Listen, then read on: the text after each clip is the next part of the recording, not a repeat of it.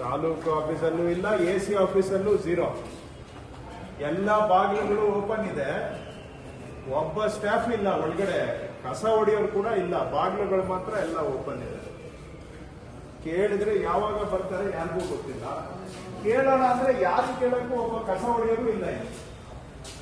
AC ಆಫೀಸಲ್ಲಿ ಇದ್ದೀನಿ, ಇಲ್ಲೂ ಕೂಡ ಒಬ್ಬರು ಇಲ್ಲ. ಜನ ಬಂದಿದ್ದಾರೆ, ಅವರು ಇವರು ಬಂದು ಕಾಯ್ತಾ ಇದ್ದಾರೆ. AC ಆಫೀಸು ಸೆಕ್ಷನ್ ಒಳಗಡೆ ಇದ್ದೀನಿ, ಪೂರ್ತಿ ಖಾಲಿ ಇದೆ.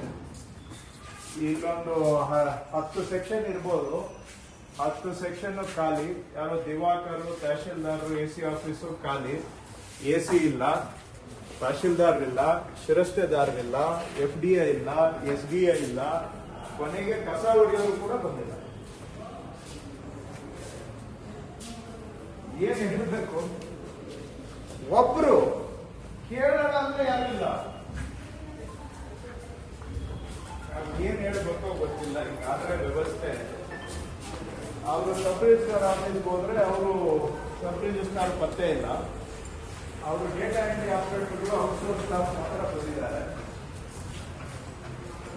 ಯಾರು ಇಲ್ಲ, ಹೇಳೋರು ಇಲ್ಲ, ಕೇಳೋರು ಇಲ್ಲ. ಇದೆ ಪರಿಸ್ಥಿತಿ. ಮುಜರಾಯಿಯಲ್ಲಿ ಯಾರೋ ಒಬ್ರು ಇದ್ದಾರೆ. ಏನಾಗಿದ್ದೀರಪ್ಪ ತಾವು?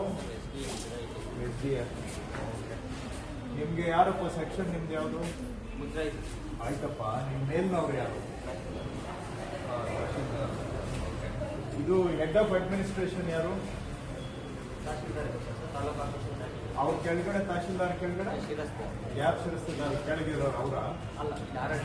ಇಲ್ಲಿ RRT ಶಿರಸ್ತೆದಾರರು. ಎಲ್ಲಿ ಅವ್ರ ಆಫೀಸರ್ ತೋರಿಸಿರಪ್ಪ. ಓಕೆ, ಶಿವಶಂಕರ್ ಅವರು ಮಾಹಿತಿ ಏನು ಮಾತಾಡಿ ಏನು ಪ್ರಯೋಜನ?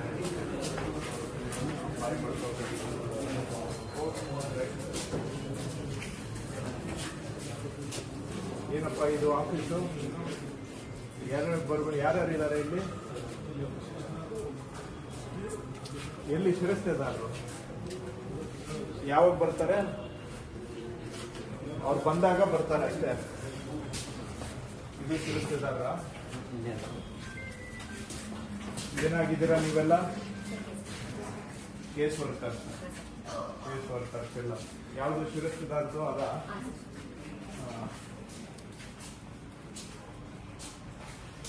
ಯಾವ್ದಮ್ಮ ಅಟೆಂಡೆನ್ಸ್ ರಿಜಿಸ್ಟ್ರು